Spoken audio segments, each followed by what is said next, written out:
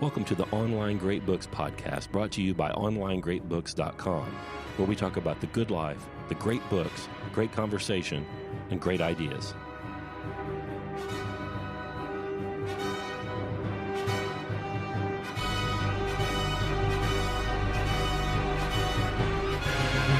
Hello, dear listener. This is Brett. I'm the producer of the Online Great Books podcast. Today, we continue with Scott and Karl's discussion of the Prolegomenon from Edward Feser's 2014 book, Scholastic Metaphysics. And there is no overlap between these shows. We pick up right where we left off. Please make sure you caught part one. This is a wildly popular topic right now, the criticism of scientism. I will not leave you in suspense. Thank you so much for listening, and here we go. Somebody in our Online Great Books Slack said that you were like stealthily convincing me to become a Platonist. Did you see that? You did see it. I know you did. It's not true. Aquinas is helping me pick from Plato's salad bar. Okay. Yeah, no, I have no plots on you. I like that he thought that I could. You have softened my heart towards ideas of the form, but I'm not Platonic in that. I don't think you are either. I'm hip to you. I don't know what I am. I'm hip to you. I don't know. I just want to read Nietzsche. The form's resigned in the divine intellect, right? Yeah. Define reside, but yeah. Have their being in. Yeah, a lot of your problems are solved if you take the whole Scholastic Metaphysics. A lot of these puzzles go away. But we don't want to do that. What's the thing in explanatory limits of science? Let's do that one. They don't have explanatory power. I mean, full stop. They can't give you whys. The Big Bang thing, I think, is completely consonant with Aquinas' prime mover argument. I actually think it doesn't matter. I don't think it matters either. So somebody says, at some point, there was a Big Bang. Yeah. Astrophysicists have really long telescopes and they can look back in time. Okay. All right. I'll allow it for the sake of our part, and then they say, well, there's a Big Bang. Things are accelerating away from this point. And oh, well, there must be dark matter too. I mean, they just keep doing this stuff. You're like, well, why was there a Big Bang? Rut-row. I think the arguments for an unmoved mover are not temporal arguments. It's an argument of priority and posteriority. They're there rational. Needs to be a cause that is prior to all the other causes.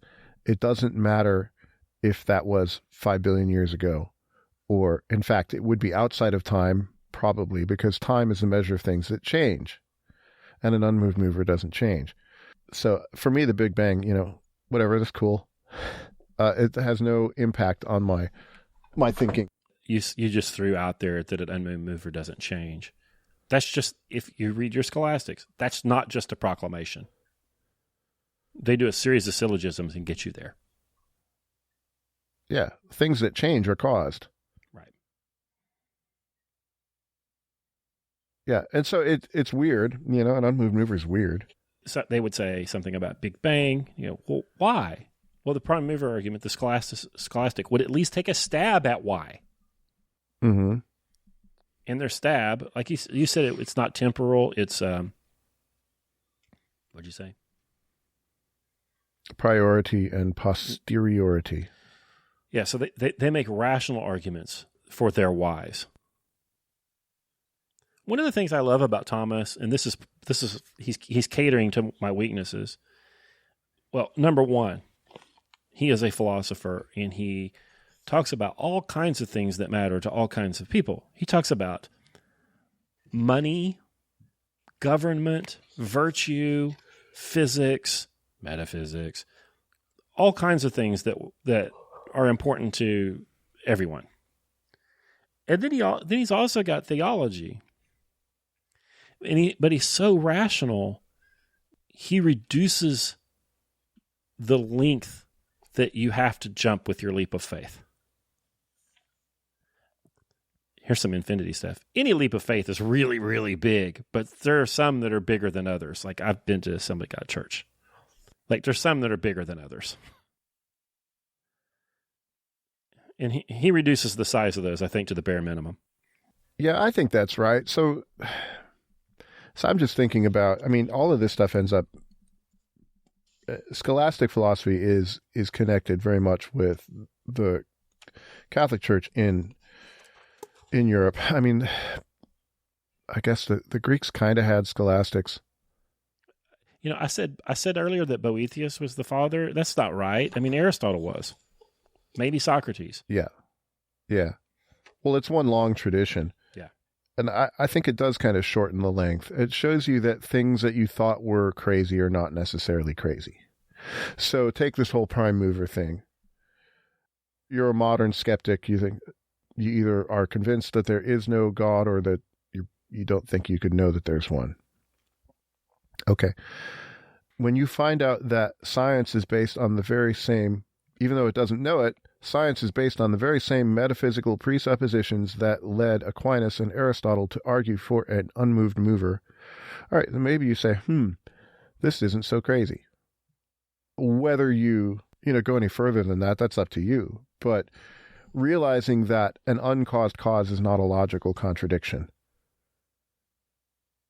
and is actually a reasonable presupposition given the existence of everything else is that's a big thing. Yeah.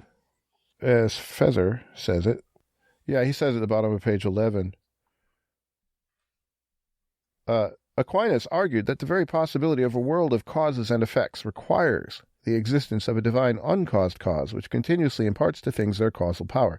But then, if they are correct, the existence of God follows from the very assumptions that also underlie science. Science presumes there's a world of cause and effects, and that you can reason from one to the other. Well, that's what Aquinas does. He's far more rational than science is. Yeah, let's be clear. So we're talking against scientism, not against science or a scientist, except Neil deGrasse Tyson. Scientism, which is the claim that only science can give you truth about the world and nothing else. So that's the target. It's not somebody in a lab somewhere. Yeah, explanatory limits of science. He says if there are limits to what science can describe, there are limits to what science can explain. This brings us to the third problem, the fact that the laws of nature, in terms of which science explains phenomenon, cannot in principle provide an ultimate explanation of reality. That's what we've been talking about. Got a Big Bang, maybe. Mm-hmm. Why? How? Mm-hmm. Gravity. We still don't know shit about gravity. Oh, it's magic. Gravity's they don't know magic. anything about it. Gravitons. What are the postulate some sort of subatomic particle that? I mean, nobody knows how it works. Now, we know that things do what we call fall, but nobody knows how. It's Gravo, the gravity elf. Right. Might as well be the gravity elf. You always need more elves. I was rereading Lord of the Rings yesterday as I was driving. I wasn't reading while I was driving, I was listening to it. Gosh, that charge of the Rohirrim. Tears.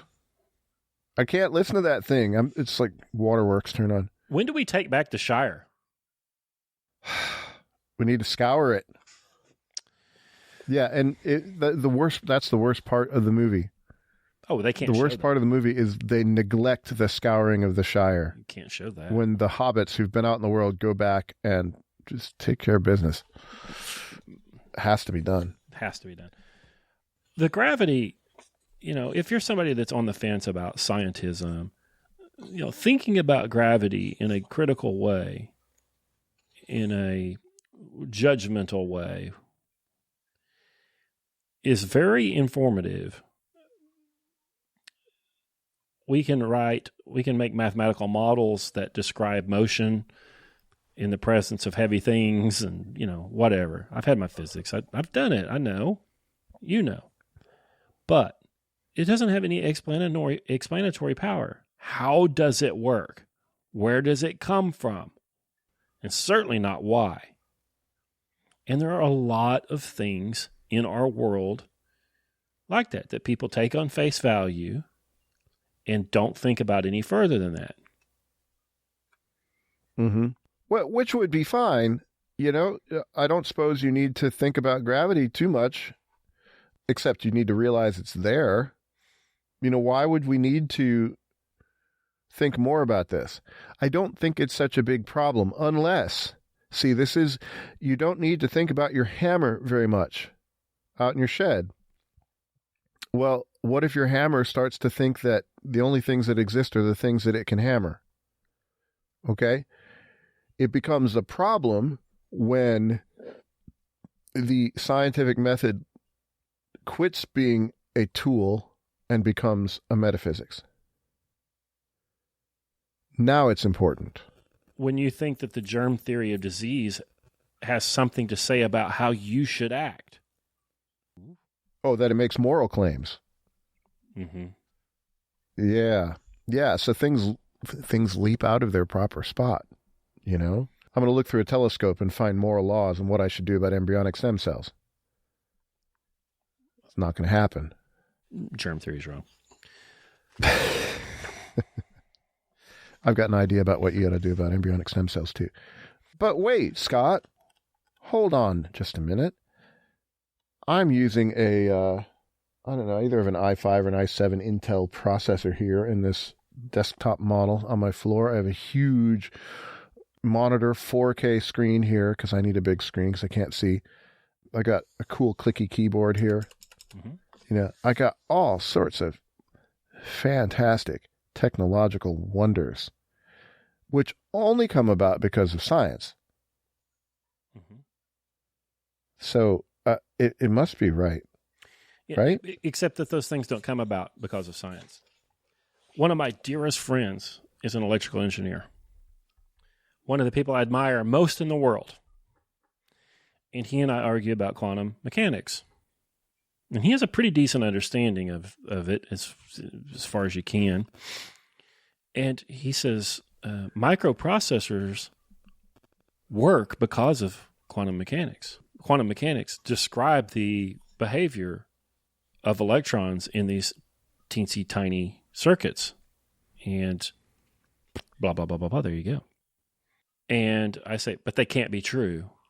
You can know the position and the velocity of something. Things can't be in two places at once. Things can't be nowhere and then somewhere. It's simply not true. Now, it may have some sort of explanatory power that lets, our electronics work, that explains how they work, but it's not why they work. And in fact, it's just not true. Well, if it were true, then the word true doesn't mean anything. Right. And somebody would say, well, prove it's not true. You can't prove a negative. So these people keep making these claims about how things how things behave when they're very, very small and or very, very fast. And none of those claims can possibly be true. They're all paradoxical. And the fact that you believe in these paradoxes doesn't make them interesting or you smart. It means you're gullible. If Heisenberg says we can't know where something is and how fast it is at the same time, that doesn't mean that's true. It just means he hasn't figured out how to do both. Well, it means the problem is your method of observation right on that scale is your active observation changes the thing you're observing. Right. Because the thing's smaller than your photon that you're going to shine at it. I understand. Yeah. And they make all those claims, but you know what? It is possible to know where something is and how fast it is. We just don't know how to do it. Logically, it has to be true, Well, quantum physics. I would say for big things, your active observation is still changing it. Mm-hmm. Okay? So if I'm shining light on my SG guitar over there, I am changing the state of it by shining light at it. But it's a really big guitar compared to the size of the photons. And so my active observation is changing the thing, but so little compared to its thinginess that these issues don't come up. If I'm trying to... Well, then don't observe it with photons. Yeah, but what else are you going to use? I don't know. But Heisenberg's rule isn't, I mean, it needs to be expounded on more. With photons, you can't do this. Like with the instrumentation we have, we can't do it. Now, I haven't read up on my Heisenberg a whole lot. Maybe he expounds on all of that to the nth degree. Nobody knows or cares. They just say, well, there are all these things that we can't know when things get small. But science gives us technology, and it makes all these fancy things. But it doesn't. You know, if somebody can come up with these equations that predict the behavior of subatomic particles or animals or whatever, that doesn't tell the technologist how to build it. The technological advances we have actually, they don't come out of science. They come out of an engineering approach. That's true. What I'm looking at, so we have on page 21 what Feser calls a bad argument for scientism. He says, if scientism faces such grave difficulties, and it does, I think actually, I like this book. I like David Bentley's Heart, although he's gone a little weird. He's got a good book on this sort of problem.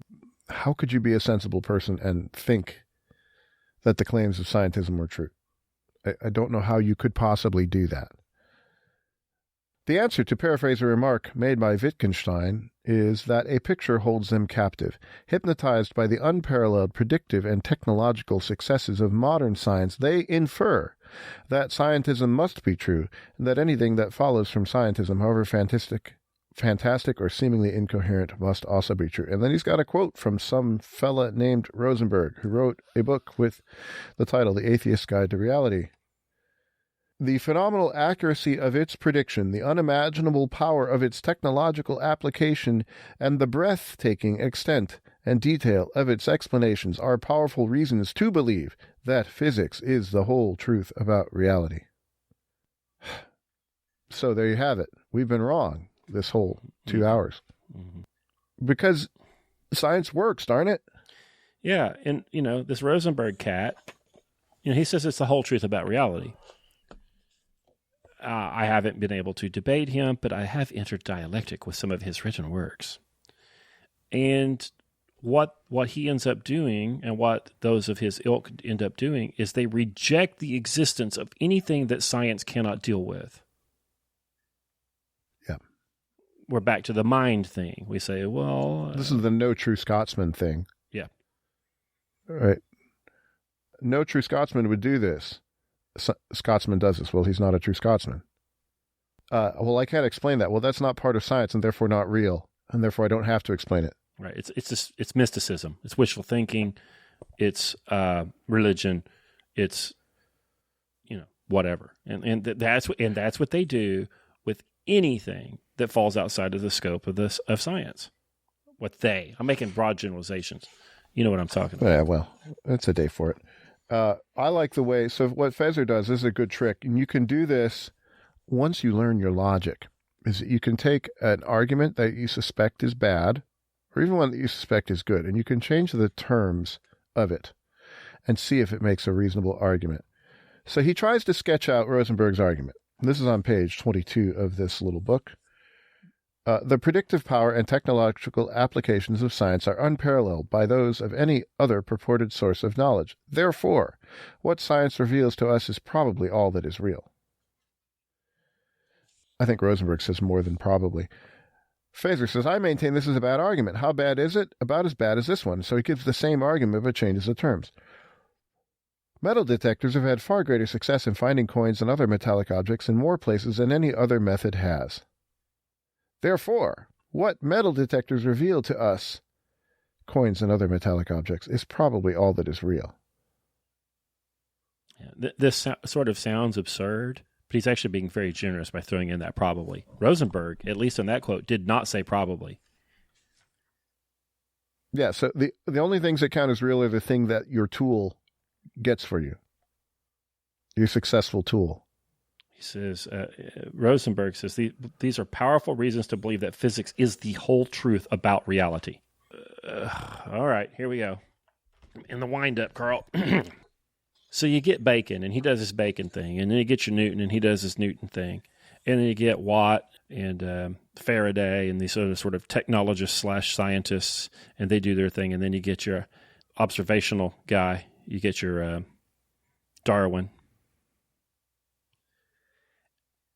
And scientism is on the ascendancy. And then you get Freud. Oof. And science is this metal detector, right? We're not going to call it a metal detector. It's a reality detector for Rosenberg.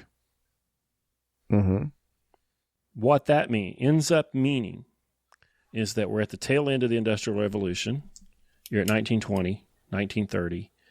Einstein comes along, and Bohr, and all these people. And there are things about humans that aren't explicable by scientism. Those things ultimately end up being entirely denied. Mm-hmm. You end up with Taylorism, progressivism. Everything can be measured. Everything can be done. A workflow study can be done on it. Everything can be optimized in terms of the human, right? Oh, and then the Austrian economist even. Like, there are, people respond to incentives. We're going to design economic incentives to get the kinds of, then the social scientist says we're going to use these economic incentives to get the kind of behavior out of these people we want. Everything about the human ends up being reduced to the quantifiable, and that which can supposedly be explained by science. Now, a lot of things can sort of be explained, sort of described at least. They could at least be described, the Ark of the Cannonball, whatever. I'll give them that a little bit. But Parabola. by the time you get Darwin, and I'm not an evolution denialist, guys, but his method is a little weird. You look at a bunch of birds, you draw their beaks, QED, natural selection. Like, it seems to happen, but what is his process there? Like, what is this? And then you end up with people like Freud, and then the social sciences are on the ascendancy, and people end up being further reduced to these quantities. It has ultimately been dehumanizing, guys. Yeah, the only things that exist are things that are quantifiable and able to be categorized in science. Well, you can't even have color then. Much less a moral law. Well, Kant says, this is one of the best things Kant ever said. He says, it doesn't matter if there's no friends anywhere in the world, it is still wrong to betray a friend. Okay, there you go. There's a moral truth, a truth of practical reason. Is that a scientific truth? Nope. How do we measure the betrayal of friends? Is that good or bad? That's interesting. So Aristotle tries to get geometric with behavior, right? His Aristotelian mean, right? He tries to measure between extremes. The example I like is bravery. There's cowardice. We know that's not good. And then there's rashness, where you just storm the pillbox and get mowed down by the machine guns. And bravery lies somewhere in between there, where you don't cower, but you're also not rash. So there's right action according to the right proportion at the right time. Is he couching the qualitative in the language of the quantitative? Or does he actually think it's quantitative, Karl? I don't think he actually thinks it's quantitative, because, how do you know what... Well, this is an Aristotle question. Are there things that you just don't do? He says that are always wrong. He says there are. Although there is much that is relative, there is, and ethics is not, it is a science, but it is not like math. It's of things that are true for the most part. But they're still true for the most part. It's not measuring. I mean, what would you even measure? The utilitarians tried to probably anticipate this problem, tried to fit morality in as something scientific. So, what we're going to do is we're going to maximize utility. And by utility, they mean, what do they mean? Pleasure? You can't measure it, though. Sam Harris calls it human flourishing. Well, then he's an Aristotelian who doesn't know it. You gotta, how do I measure human flourishing? He's a utilitarian. Yeah, and so there's this breathtaking moment in John Stuart Mill's book, might be on utilitarianism, where he shoots himself in the head and doesn't notice. and completely destroys the entire basis for that kind of scientific instruction of morality. He admits that some pleasures are higher than others. Which means that you can't measure them.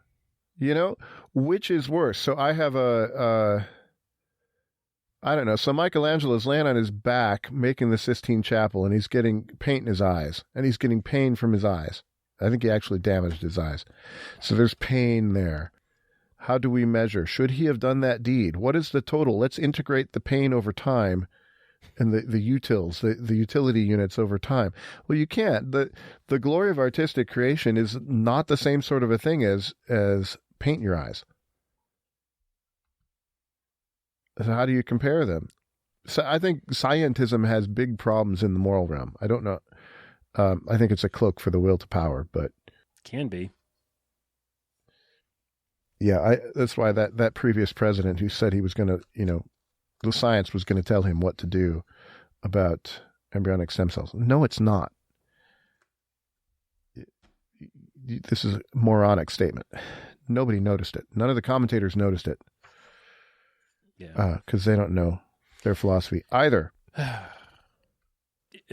Back to his metal detector argument. So I want to point out again one more time what he did. He writes out Rosenberg's arguments, and then he just changes the terms. Instead of the predictive power of technological applications of science, he takes that term out and puts in metal detector. So he's using the same structure of the argument and putting in some other kind of instrumentation to see if it held. Doesn't hold. Well, there on page 24, he tells us that science ultimately, because of its metal detector nature, like it's only able to detect certain kinds of things, ultimately denies the existence of anything that it can't detect. And, we've been saying it. We've been beating it over the head. But he sums it up. He says, at this point, some advocates of scientism might admit that there are questions science cannot answer, and even that there are other methods of dealing with those questions, such as those provided by philosophy. But they might still insist that there is little point in pursuing these questions or methods on the grounds that the questions are not susceptible of the crisp and definitive answers that scientists afford, and that the methods do not generate the technologies that science provides us with. I think that's right. You often hear a generous soul say, "Well, that's a problem for theology or philosophers." They'll do that, and they're right. Sometimes they're right to say that. Which is the proper response? Yes. Science, very good. Well, no, science. I don't know if it's good, but the reason I was looking around at all my gadgets and my cell phone sitting 3 feet in front of me, and I'm thinking, is that good? I'm going to pick it up in a minute. Probably. Maybe I won't because I'm kind of addicted to it. It's not the whole of reality, and it's not even the most important part. No. What is more important to you? So I want to give an example. Back Plato's Phaedo, which is the dialogue about the last day of Socrates' life. And they're asking Socrates, what's his intellectual history? He's trying to explain his intellectual history. He says, well, I used to be into the science. I used to want to figure out all these causes and effects. And he found out that it didn't provide the explanatory power that he wanted. So he says, it's almost a joke. If I thought like this now, people would say to me, "Why are you sitting here, Socrates?" And I would say, well, because my knee is bent a certain way, because my hips are bent a certain way, and my body is disposed in a certain way. And he says, the real reason that I am here is because I think that it is right to accept the judgment of the Athenians. Right. If my body could do what it wanted, it would have gone a long time ago. So once you enter the realm of, I think it is right, he is entering morality, and none of the scientific explanations of the disposition of his body could tell him whether or not to stay there in Athens and drink the poison or to hit the road. It's a question at right angles to the scientific question. orthogonal. Hey, it's a good word, orthogonal. Yeah. Feser in here over and over again allows that science provides us with technology, and I disagree with that. Technologies are results of engineering approaches. We like to say that Michael Faraday was a scientist, and others of that sort of experimental era, they were engineers. They did things, they made observations. After doing a lot of those things, they drew a conclusion that one approach or another was better than the other. Or after doing a lot of things, they said, when you do those things, these are the things that happen. They were not theoretical in their approach. That's a technological or engineering approach. Well, this brings up another interesting question. Is it really scientism or is it technologicalism? I think that Feser is dealing with scientism. Technologicalism is, I think, I just made up that word. I like it. We needed that word. We don't need orthogonal, but we do need technologicalism. I mean, that's another book or another prolegonom to write, I think. But, when I was a kid in school, they were really big on that sort of, that great man theory of history, and we would talk about Thomas Edison is one of those great men, and everybody read the story about he tried X number of different materials as filaments in his light bulb, and finally he had like a carbonized filament of something that produced light, reliably and didn't burn out in a reasonable amount of time, whatever. That is not what Feser's talking about. Feser's talking about this quantitative approach and physics and mathematics. Faraday's not doing that. Faraday's trying a lot of stuff. Edison is trying a lot of stuff. Bell Labs is trying a lot of stuff. Now, somebody out there who thinks they're a better scientist than me, maybe you are, the degree to which you're a better scientist is maybe the degree to which you're more wrong, is going to say that they might direct their experiments as a result of scientific theory. That might be, but that would only hasten you getting the result. Your result is not because of the theory. Your result is gotten to more quickly because of the theory. We could Thomas Edison and brute force it and still get there. You could Thomas Edison and brute force all the way to an iPhone. The theories, the mathematics, the physics might get you there faster, but when the rubber meets the road, somebody has to figure out how to dope the silica wafer and get the lithography to work to make the integrated circuit. Our technology comes from an engineering approach. And then the scientists come and get in front of the engineering successes and claim they get in front of the parade and act like they're leading it, and they're not. It's induction. They can only observe. Well, the Rosenberg would get in front and say, see how successful the engineers are, therefore my atheistic scientistic claims are true. Hit me with that again. Say that again. Because you have an iPhone. You have an iPhone, therefore there is no God. That's his argument. I'm skipping a few steps, but that's pretty much it. I like QED better than Too Long Don't Read. Don't you? Yes. TLDR is the worst in the world. Now, anytime anybody makes a philosophical proclamation, they end up going somewhere. They go to their maximums and their minimums. And Rosenberg's, you take it to its conclusion, and you get you get what you're saying there, Karl. He gets what you're saying there. Conceptual analysis. I don't know. What do you want to say about that? It's not mere concepts. We discover things. We don't make them.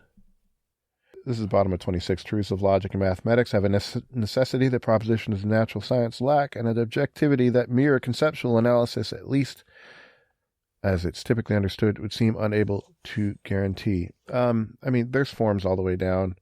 I go back to Stein on this again. She makes the point that there's a difference between a concept and, I forget the word she uses, maybe an essence. You can construct a concept, but you discover an essence. Okay. You discover a form.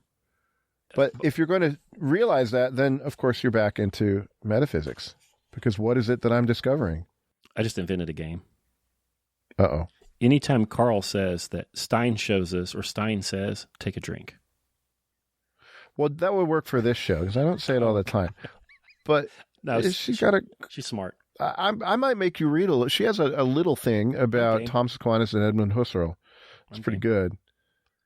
Do Husserl and Aquinas collide to emit a photon and annihilate each other?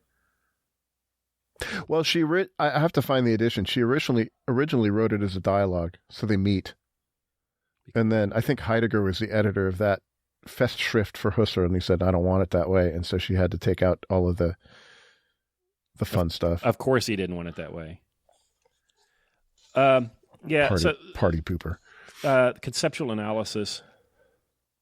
I'll read the little statement here at the beginning of this so people will know what he's talking about. He says, the advocate of scientism will insist that unless metaphysics is naturalized by making of it nothing more than science's bookkeeping department, then the only thing left for it to be is a kind of conceptual analysis. So in this little subsection here, he sticks Hume with his own fork. Hume's fork is that all objects are either ideas or matters of fact. I mean, everything is either an idea or a matter of fact. That's what Hume says. The Scholastic wouldn't believe that. I mean, they're kind of Platonic, right? That the idea is a matter of fact. It might be wrong. It might be defective. It might be complete.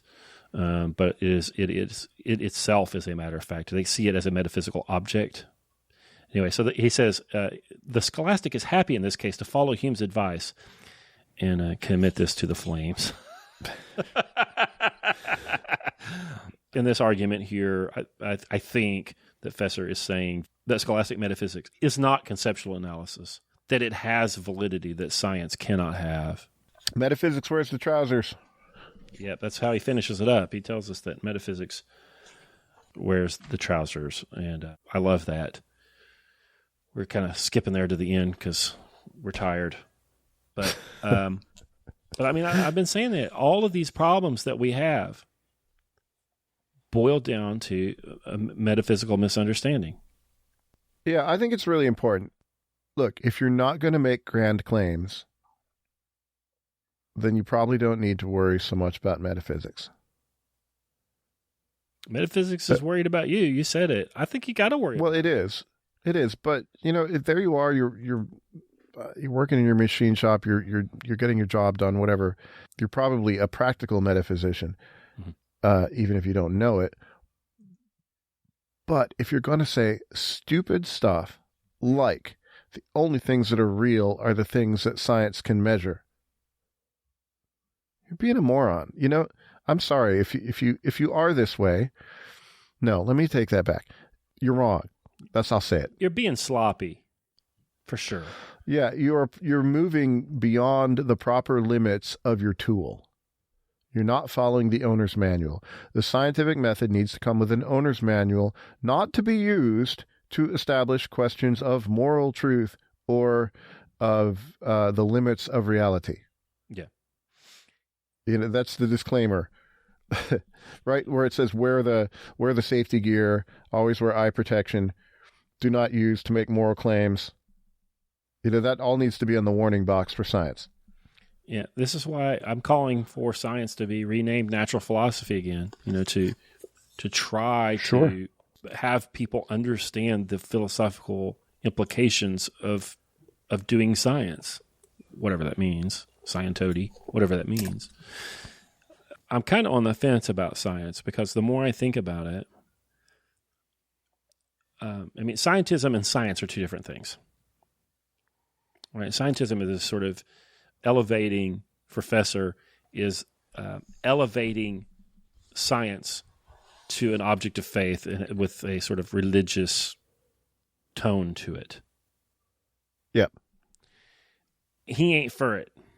And I'm starting to maybe not even be for science, because as I look at all of the things that have been so important to humans that we call technology, I'm not seeing those that either were not results of an engineering approach or could not have been a result of an engineering approach, an experimental approach, a tinkerer's approach. Now, it might be, well, hey, antibiotics were a result of an engineer or a tinkerer's approach. It was an accident that a keen observer saw and then went and did experiments with and determined that, certain kinds of fungi, made something that made bacteria die or at least not grow, You want to call that science? Maybe it isn't. Maybe it isn't. All experimentation is not necessarily science. So, if we accept that experimentation is useful and that the engineering approach is useful, but reject the science, now, don't say the science like they talk about on the news right now, but reject the science approach, accepting the technology, but rejecting the approach, we might have been able to avoid so many of those dehumanizing characteristics that we got from the Industrial Revolution, the social sciences, economics, and so on, that I was talking about earlier. Mm-hmm. We could see the glory in those technologies because they were derived from the human's rationality and the human's work, instead of disembodying those technologies by saying they were a result of the science. Yeah. I'm fleshing this out on the fly. I don't know. Yeah, when you personalize it and say the science leads us here, the science demands this, well, then it cannot be opposed. Yeah, what is it? How do you kill it? It becomes a thing of its own, and, therefore we have to build the hydrogen bomb because the science demands it. It can be done, therefore it must be done. That's just one example, but rather than, thinking, do I need this new thing? Will it make my life better or worse? Well, the only way you have to measure better or worse in the scientific way is quantitatively. All right, so should I, use a farming analogy, should I get a fancy new tractor and should I put, petroleum-based fertilizer on my fields?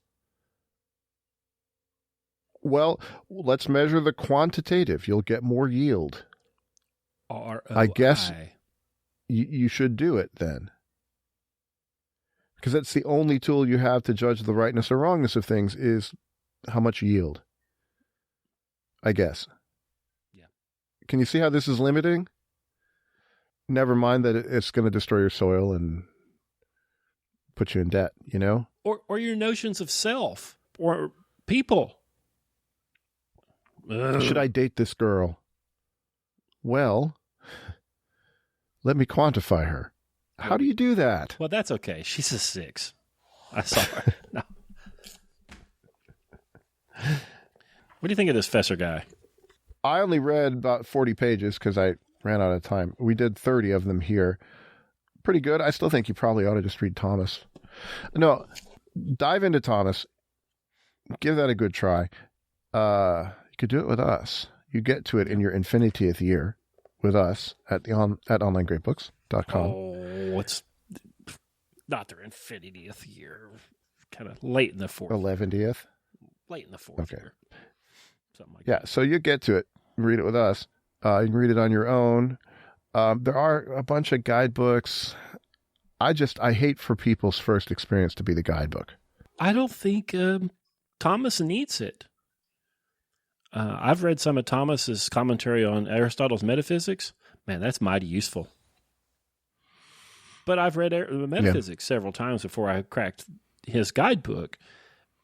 But Thomas is way more accessible than Aristotle's Metaphysics is. You don't need anybody to mediate that for you. You can get in there and get it. And I've read quite a bit of Thomas, and having made several runs at him on my own, I felt okay about going for Feser here. This Feser book, though he calls it a contemporary introduction, it's pretty heavy. I don't want to read the intermediate book. No, there's a secret of philosophy. There are no intermediate books. Right. Yeah, everything's an introduction to logic, and they're like 900 pages. The amount of philosophy books that I have that say an introduction to phenomenology, an introduction to philosophy, they're all introductions. Yeah. We never get any further than that. Oh, they're so humble. These guys that write these books are so humble. Oh, it's just an introduction. I wouldn't suppose to, try to write something for an intermediate or an advanced philosophy. Scholastic. What would that even be? Aristotle already did it. It's fine. What are we going to do next? Well, here's what I propose, Karl. I think we enjoy an Advent and get some Shelby Foote in when we can and record a show on the first book of his Civil War narrative right after the beginning of the new year. Sure. I'm 420 pages into it. I'm about to say, I'm having a hard time picking it up. But once I do, I can't put it down until I black out, Like I didn't read any of it last night, but the night before I read it for several hours, and I looked up and I'd just been engrossed in it. This might be a defect of me. It's hard to keep the whole picture in my mind. So I was actually tempted to get a Civil War computer game and play through some of the battles, just so I have a sense of where these things are. And you know what we need really bad is a landmark Foote. Yeah, Landmark, are you listening? I know you are. Hey, we buy a lot of books from you guys. We'd buy a lot of Landmark Civil War narrative. Think about that. How good would that be? Yeah, so, dear listener, if you are members, you already know how good the landmarks are, but if you aren't, you can look them up. So Herodotus is 1 billion names and 500 million maps. Yeah, and so you get the book. And Landmark puts an edition together that has maps on every page, summaries on every page. It allows you to pick up the book and figure out where you are in the story a whole lot better. Otherwise, it's just infinity words. And he's got one for Thucydides, and I think Xenophon's coming out. Caesar's War in Gaul. Where's the Shelby Foote? Shelby Foote, maybe we can save this for the show, but he's writing a narrative. There are very few footnotes, very few. The bibliography is not like you normally see bibliographies. I've been watching quite a bit of interviews of him and public speaking that he did that is on YouTube. I think he would have been opposed to a Landmark edition. Yeah, so we'd be going against his wishes. Yeah, which is fine. Why? Why would he be opposed? I mean, it is a narrative history of the Civil War. And I think anything that interfered with that storytelling, I suspect he would have rejected. I just finished up, this could be the show on him, but I'll go ahead and say it. I just finished the chapter on Shiloh. It's really not a chapter, but I just finished the section on Shiloh. And he talks about all these troop movements and these events that are leading up on it. And you don't know what's Shiloh. He says, Buell is coming and Van Dorn is coming and Beauregard is doing this and Grant is doing that. And there's this river and there's all this movement and there are all these worries and the weather is terrible and they've got these troop movements. And then suddenly there are cannons at a chapel they call Shiloh. For 30 pages, you don't even know. So, he's telling this story and I know something about the Civil War. And there are cliffhangers every 20 pages. So if you were going to put a map of the battlefield of Shiloh, I think Foote would want to make sure that map came after, he spilled the beans, because he's got me on tenterhooks all the time. That's how good he is. This book might make the canon. Like, something has to be said about this. We've got the Peloponnesian War, which was it's kind of a civil war. I mean, it's cousins are killing each other. We've got all kinds of stuff about the Roman civil wars. I think this one's going to have to be written about. What is going to be the better book than this? I think he has the right distance from the thing, but he's not too far. He was able to talk to people who partook in it, but he wasn't in it. It's not so hot for him that he can't have some distance. I think it's perfect. You wait another 50 years, and it's just going to be, it'll be too far removed. Mm-hmm. And then anything that's contemporary is too contemporary to it. Yeah, I think that's probably right. It's the one. I have much I could say, but then we go into the other show, and then 3 hours later, we've already done half a foot.